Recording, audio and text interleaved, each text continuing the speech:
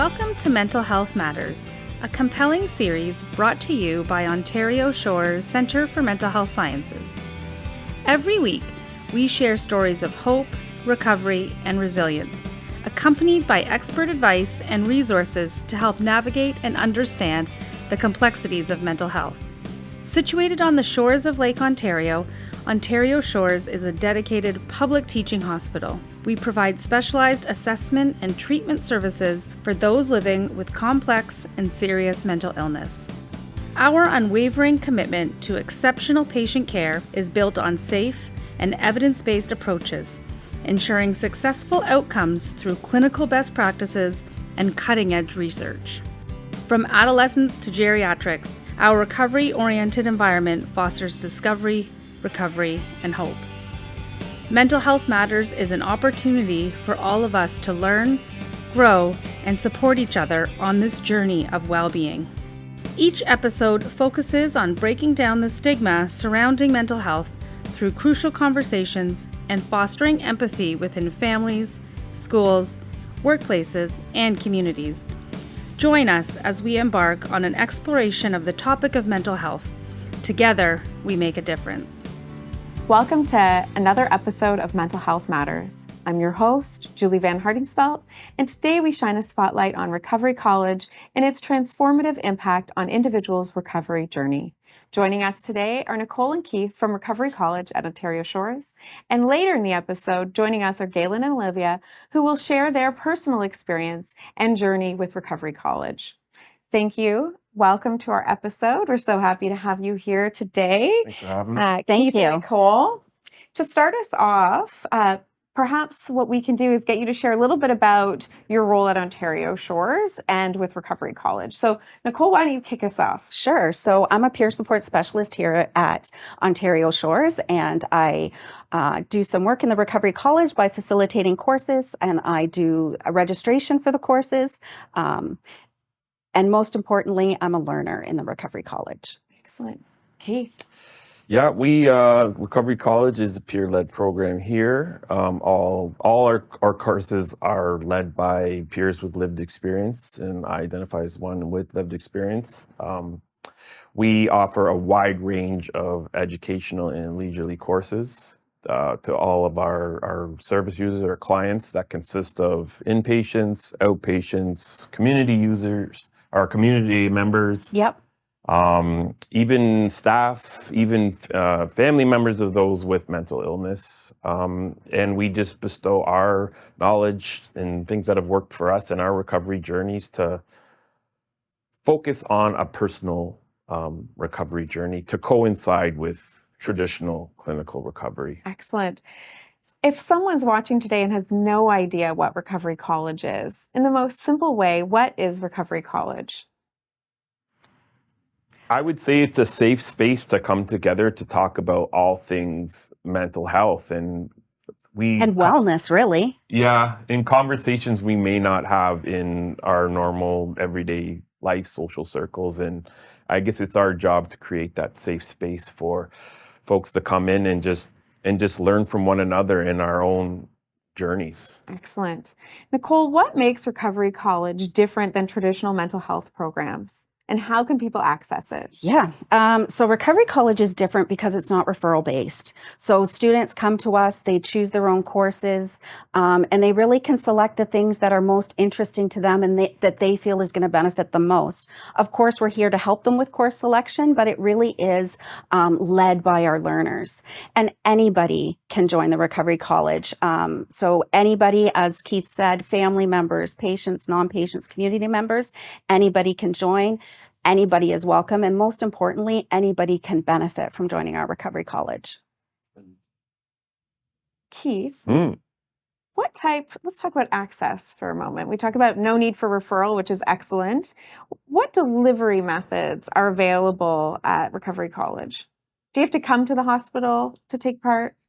Originally, when Recovery College in its infancy, in the early days, it was solely just an in-person setting here at the hospital at Ontario Shores, where everyone would congregate in a classroom, and we would just share education and knowledge with one another. And then because connection in person is key to our recovery, right? Because we're social creatures. But then the pandemic hit. We had no choice but to pivot to online, and we didn't know how it was going to go, but it was actually quite successful. It still is successful, because we had to socially isolate, and which caused isolation with our clients. So it was still a way that they could come together and connect virtually. Now that things are kind of loosening up a little bit more, we're going to be introducing a hybrid method in the fall where we still have in-person courses along with virtual courses to our service users. And since we pivoted to online, our clientele our service users have come from across the whole country. Yeah. So Talk about impact. yes. Nicole, can you share some examples of courses or workshops currently available at Recovery College? Sure. So we have 5 broad categories of courses that include skills and leisure activities. And some of the courses that we have would be Self-Care 101, learning about mindfulness, cultivating happiness and joy, budget bites. I could go on and on with the courses that we offer, but we have a lot of information about those categories of courses and a list of our courses on our website. Excellent. How, if someone's interested in registering for those or exploring some of the other categories available, how would they access that? So the best place to access it would be on our Ontario Shores website. So you can just visit our website and look for Recovery College, and you'll find all our information there. And failing that, you can just give me a call here at Ontario Shores, and I'm happy to make sure that you have the information you need to get registered. Excellent. Keith, is there a course limit? Do you have to sign up for a certain amount, or could someone just sign up for one course at a time and see how it goes? Exactly. Yeah, we have some participants that just want to take one course. Maybe they just want to work on advocating for themselves or self-esteem or some tools to help deal with their anxiety, and one is enough. And we also have clients that participate every single day. So it's the individual choice. It's really whatever feels is directed by the student themselves, what's going to work best for them and their recovery. Are there other, or I shouldn't say other misconceptions, but are there misconceptions about Recovery College? Yeah, I'd say the biggest one is that a lot of people think that you have to identify as having a mental illness or a mental health challenge to access our courses, but that's not true. The Recovery College is open to anyone. And as I already said, really anybody who has an interest in wellness can benefit from attending a course in our Recovery College. Excellent. Up next, we actually have Galen and Olivia, two people who are here to share their experience with Recovery College. So thank you for your time. We're going to bring you back in segment 3 and talk a little bit more. right? Thank you. Thank you. Welcome back to Mental Health Matters. I am pleased to be here with Galen and Olivia, who are here to share a little bit about their role with Recovery College and the impact it has had on their recovery journey. Welcome back. Thank you, Olivia, and thank you, Galen, for joining us today. To get started, I thought perhaps you would be willing to share a little bit about your role with Recovery College at Ontario Shores. Galen, would you start us off? Well, for years since I was here, I've been teaching a class on well, we'll call it now wellness practices, and it's sort of evolved. And when Keith comes in, like I did it with him pretty much every time, and it's been several years. And I'm also developing another class. I've done it once on Zoom with my worker John Brown, and it's about helping people to get unstuck. But I also work as a peer support worker at CMHA in Durham, and I work at what they call the MAPS program, and that's with gentlemen that have had trouble with the law or with addictions, and that's a little bit more intense. But yeah, I think, those are the two main things that I do through Recovery College here and there. Excellent. Olivia, how about you? What's your role with Recovery College? I take a lot of courses for my own learning, and then I also co-facilitate. One is still in the making, and the other one is a cooking course, which is not only about cooking. We look at food accessibility, where you can go locally, where you can have food delivered. We go over the food guides. So like a lot of in-depth accessibility. And then at the end of the course, they get a cookbook. Interesting. That sounds like a really interesting course to check out. My next question actually is for you, Olivia. How has Recovery College impacted your own mental health and well-being? So tremendously. I went to university for education for elementary school and psych and SOS, and I wasn't able to fully graduate because of my health. And coming here and discovering Recovery College was like just a gift given. Up on the wards, sometimes there isn't always programs running every day, and with this, I was able to come and get therapy while in the hospital and still participate in my Zoom courses that were outside of the hospital.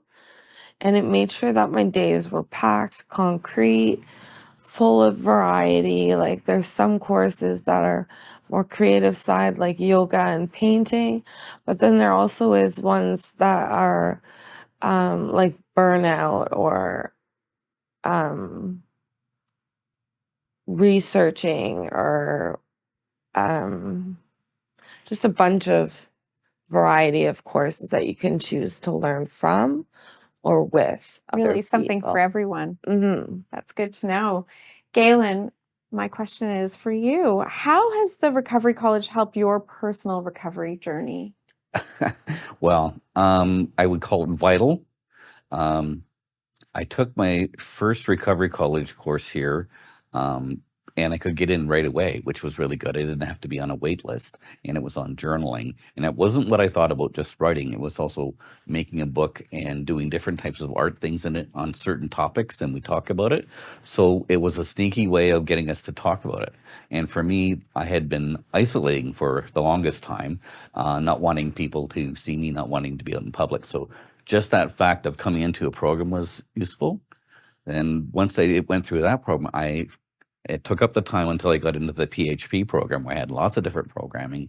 And I think one of the big parts is, yeah, you go out there so you're around people, and then you eventually start to talk. And so when you're really, well, let's be embarrassed that you have this mental illness, it's a good way to get you back into being around people and being comfortable around people, and then really talking about things that are significant, and that you're not alone. You start to develop a sense of community, and that saved me. Wow. And as Olivia said, there's something for everybody. So even if it's just something of a small interest in, it may be a great opportunity to engage in even a small way and have a transformative outcome like it has for you. And it has been nice too, because they've started running the programs outside of the hospital location. So I know for sure there's one running at the Oshawa Library by City Hall.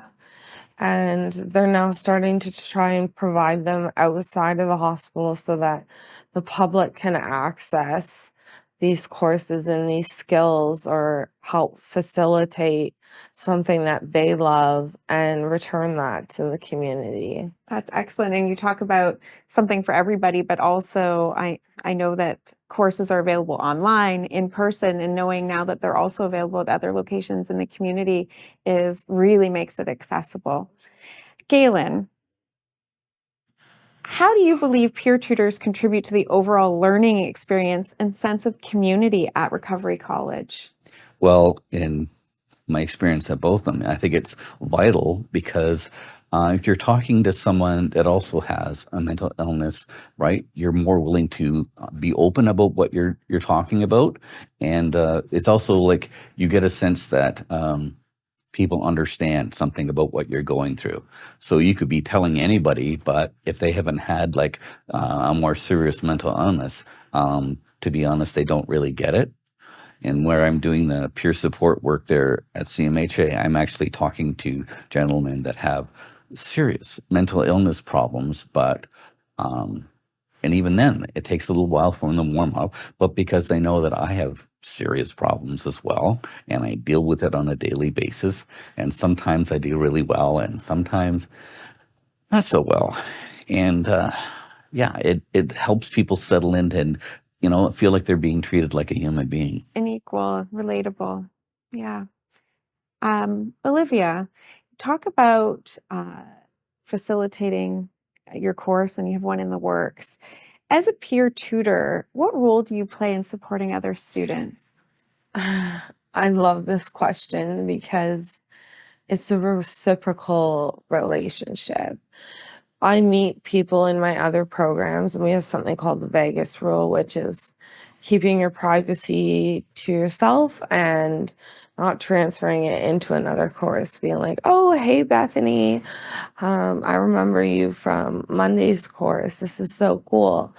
It's supposed to be respectful and like gauging that everyone is in it to keep private, but to learn open in the group.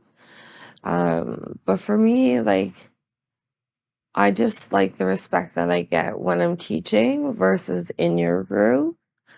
I broke down once a semester because I was being very vulnerable in one group, and I wanted to make it clear that I am teaching another group, and I'd like the respect of seeing you guys in two different lights so that you respect me as a patient when we're here and respect my openness and everything. But when we're done, at the end of the time, we're both going to be students in the next course, and I want you to respect me to be able to be open.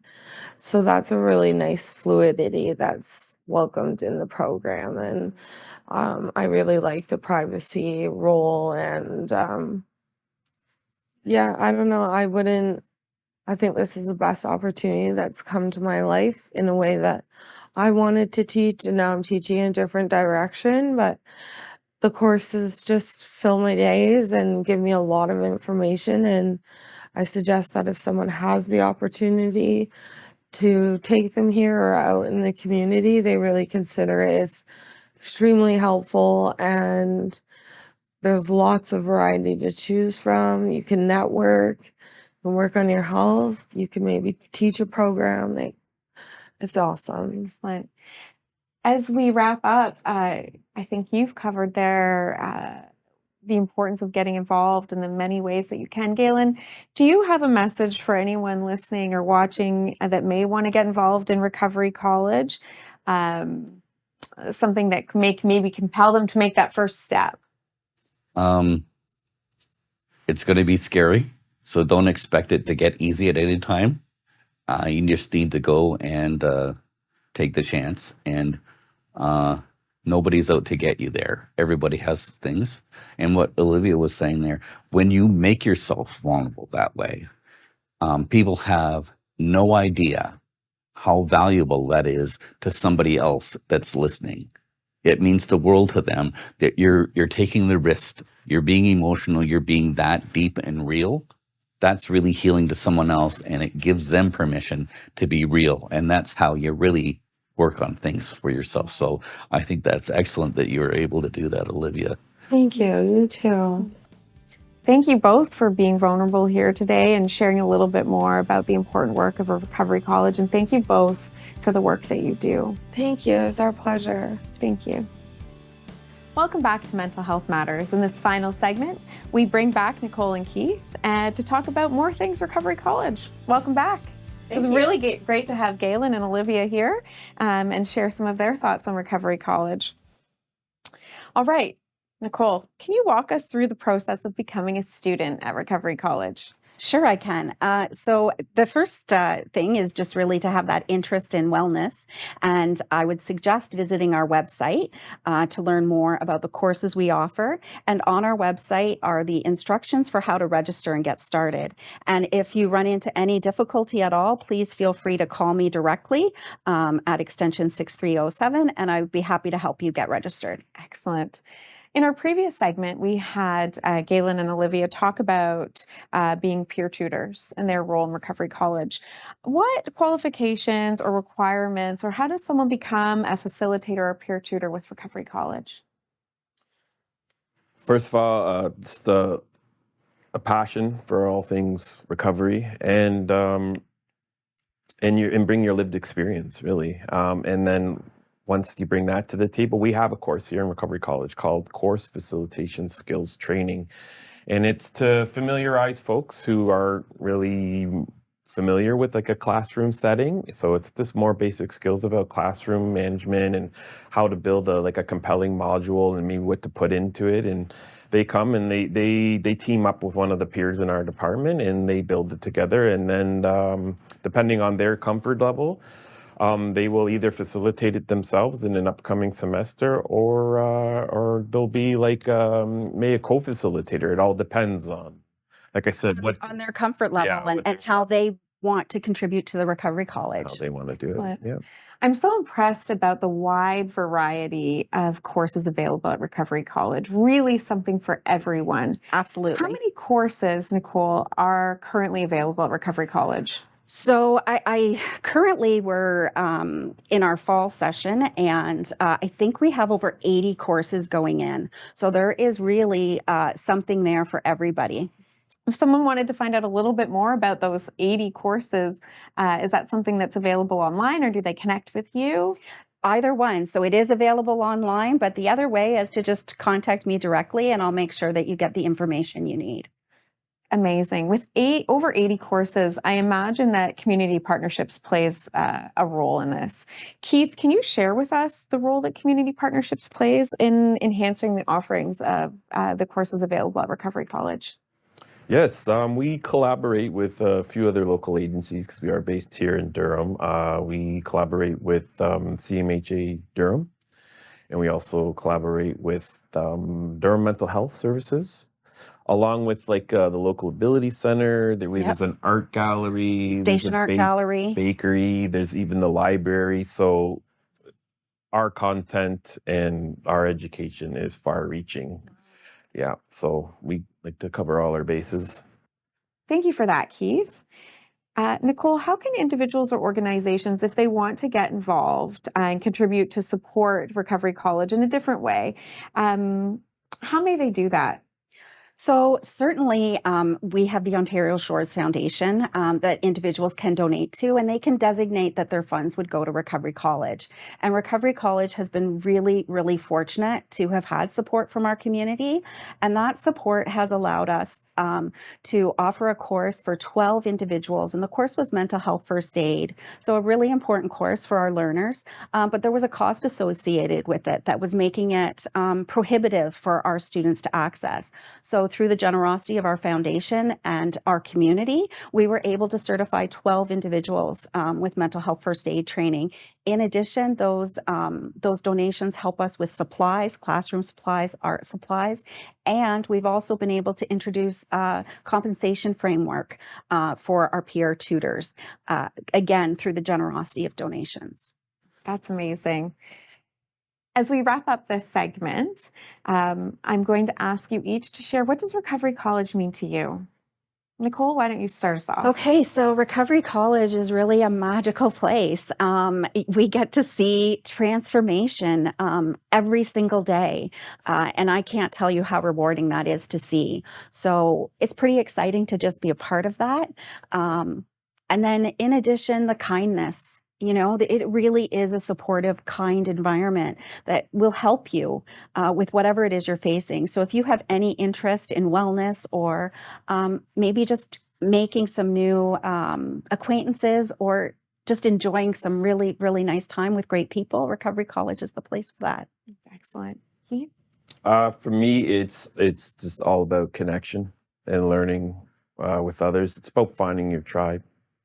It's amazing. Yeah, and it's for me personally, it's life-saving. As we've learned in recent years, like recovery from mental illness is not, it's just not about just solely swallowing pills. You have to implement personal medicine, and that's what Recovery College is. is knowledge, right? Education and Skill. skills and sharing that with one another, right? Because mental illness in itself is very isolating. Yeah. And And this, sharing that burden, right? yeah, and just learn from one another. And yeah, to me, I would say it's 2/3 of my own personal recovery, Wow. the personal side, the personal medicine, since I've implemented into my life, and then Transformative. started working here. So Transformative. yeah, Absolutely. that's a good word. Personally, not only personally, but also in our students. Yeah. Amazing.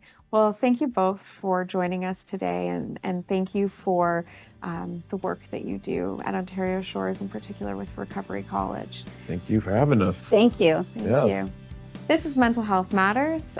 Join us next time as we continue the discussion on all things mental health.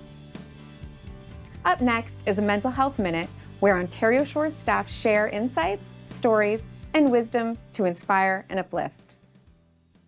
So thinking about why I came to Ontario Shores and what makes Ontario Shores such a great place to work was dealing with family members in my life who suffered from mental illness, and then the stigma around what they think people suffering from mental illness behave and look like.